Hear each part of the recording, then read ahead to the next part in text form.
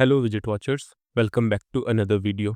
I already know that most of you know how to add text field in Flutter, but what if I ask you why validation doesn't work, why text resets on rebuild, and why controller leaks memory?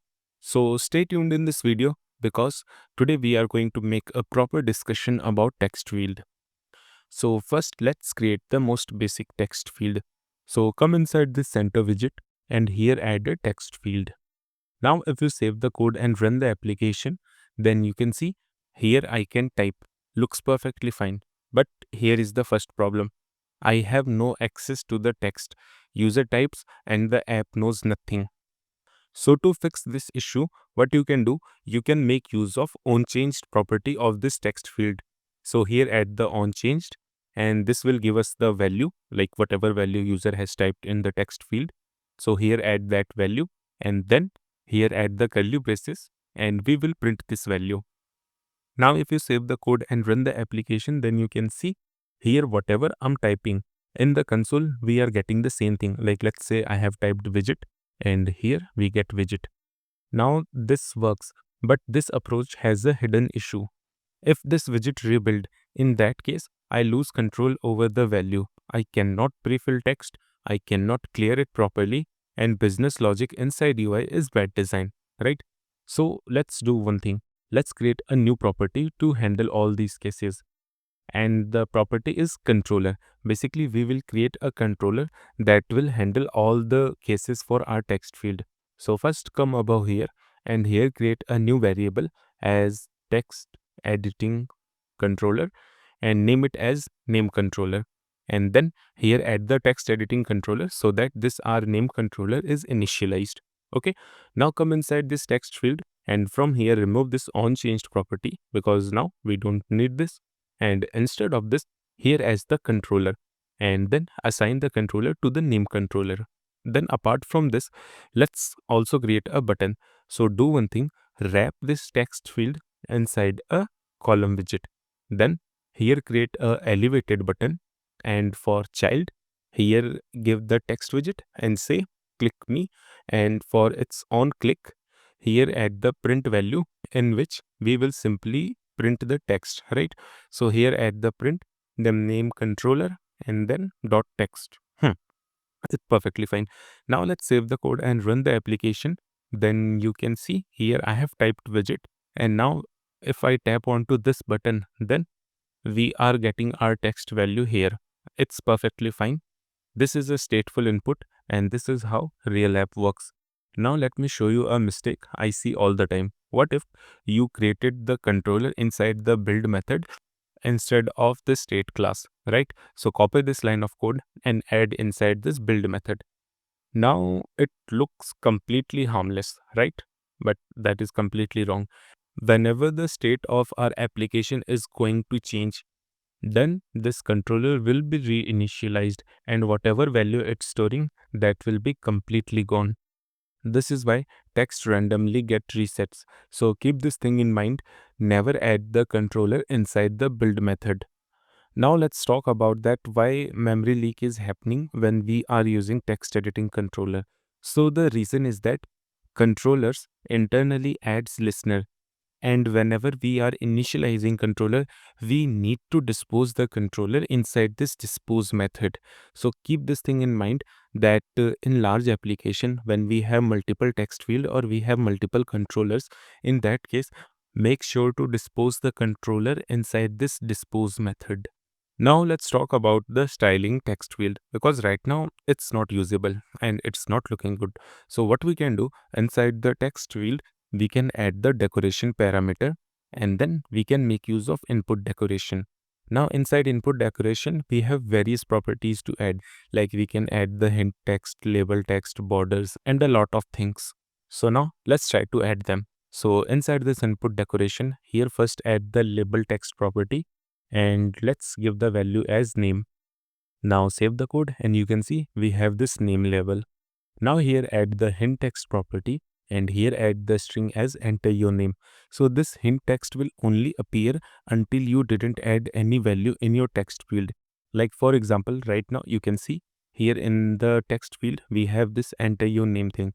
Now here in this text field, let's say I have typed A, then you can see our hint text is removed. So this is very useful when we want to tell user like what he need to add. And this is how material input works. Now let's see how we can add the text field for the password. So what developers usually do, they here mark the obscure text property to true, and then inside the input decoration, they add a suffix icon and they set the icon to this visibility icon so that it will have this eye icon. Now it is fine, like it don't have any issue. But here if I save the code and run the application, then you can see here I'm adding text and this is hidden text, right? We are seeing dot dot instead of my password. But now if I tap onto this eye icon, then you can see my password is not getting visible to me. Like, so this is the issue. So to fix this issue, what we need to do, we need to create a variable to store the information about the visibility. So come above here and here create a boolean variable as hidden, and then assign its default value to true, because initially the password should not be visible. Okay, and now come inside the text field and here refer our variable instead of this true value, right? And then inside this decoration, here change this suffix icon to suffix, because right now here we need to add a widget on which user can tap and change the value of is hidden, right? So here you can do two things. Either you can wrap this icon inside a gesture detector, or here you can add a icon button. So here I'm wrapping this icon widget inside a gesture detector, and then on its on tap method, here I'm just adding the set state, and here we are just simply flipping the value of is hidden. Like if it is the value is true, then it will convert it to false, or vice versa, right? Now if I save the code and run the application, then you can see I have added some value. Now if I tap onto this icon, then our password is visible, and if I tap onto this icon again, then our password is hidden. So here our UI is getting updated properly. Now let's talk about the keyboard type issue. Now let's say here inside this keyboard type, I have added the keyboard type as text input type, then dot number. So we know that whenever we will open the keyboard, then it will open the numpad. But the issue is that, let's say I copied this string value from here and I pasted this value inside this text field. So this is completely wrong, right? The keyboard is not allowing to add the strings, but we can paste the string inside it. So basically, keyboard type is not equivalent to validation. So to fix this thing, what we can do, we can make use of input formatters. So here add the input formatter property, and inside this we need to give it a list. So like what kind of input we are going to accept. So here I just want that user can only enter the digits. So here we can add the filtering text input formatter and then digits only. Now let's say here if I try to paste the string value, then you can see our string value is not added, because here we are adding a proper formatting that this text field should only contain the digits only. Now let's say you want to build a login form, right? Then what you can do, you can add two text field. But here we have a issue, like we cannot validate all fields together. We can individually validate them, but all fields cannot be validated together. So to fix this thing, we have text form field, so we can make use of that.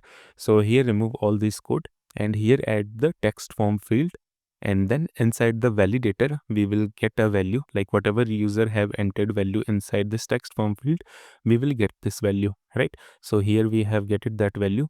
Now inside the curly braces, here add a check that if value is empty, and also make sure to add this null checker, because let's say user didn't enter anything and he simply pressed onto the button.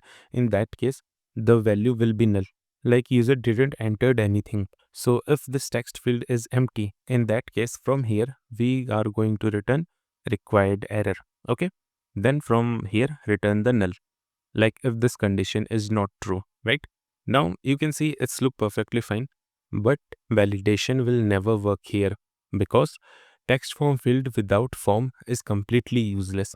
So let's do one thing, wrap this text form field inside a form widget. Okay, now come above here and here create a new variable as form key. So this is going to be global key. So here add the global key, and then for type here add the form state, because we will use this key in the form. So add that. Now this key will be used to validate our form from anywhere inside this code. Okay, so now come inside the form widget and here add the key property and here add the form key. Now it will run. So for make it running, we need to add the check using form key.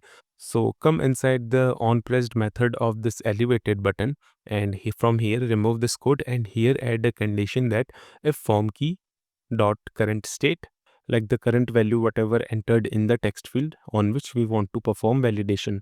Okay, so here add the current state and then here add the null checker, because current state can be null if user didn't entered anything, right? And then call the validate method.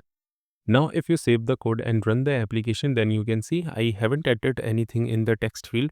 And now if I press the submit button, then our validator is working perfectly fine.